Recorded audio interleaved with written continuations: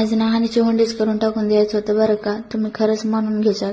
Just माझा हानीची काही वंडी करायची नव्हती, पण बाजूला खूप सारे मोठे केस होते. ते कसं काय होते ते तुम्हाला सांगतो. पण मॅडम काही नीट झोपायचं नावच घेत नव्हती, त्याच्यामुळे अगोदर तिला मांडीवर घेऊन झोपू घालावं लागलं होतं. आणि जावळ काढता वेळेस ना इतकं जास्त रडली होती की तुम्हाला काही सांगता पण येत नाही.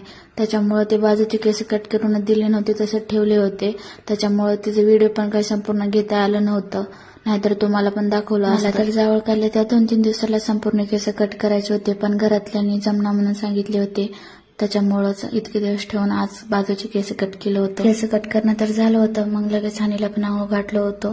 पण मॅडमच्या डोळ्यातली काही झोपच जातच नव्हती रे बाबा. मला पण झोप येत होतं, त्याच्यामुळे हानीजवळ झोपलो होतो मी. झोप तर इतकं मस्त लागलं होतं की झोपेच्या नादामध्ये तर टाइम किती झालेलं काही कळालंच नाही. त्याच्यामुळे गडबडीनं टाइम बघून उठावं लागलं होतं. मग काय अगोदर केसाला क्लचर लावून टाकून दिलो, परत अजून आपल्या कामाची ड्युटी चालू करावं लागलं होतं. ड्युटी म्हणजे दुसरंच समजून घ्यायचं बरं का. तेच हो, बाहेरचं काम घरात कोणतं राहते, झाडून भांडे त्यालाच म्हणतात ड्युटी. माझी पण तेच आहे ड्युटी. काम संपूर्ण तर झालं होतं, पण केसाला तेल लावणं ते तर खूप दिवस झालं होतं, त्याच्यामुळे आज लावलं होतं चांगलं. मग काय तेल लावल्यानंतर मस्तपैकी वेणी टाकलं होतं. मला ना आज चहा पी वाटत होतं.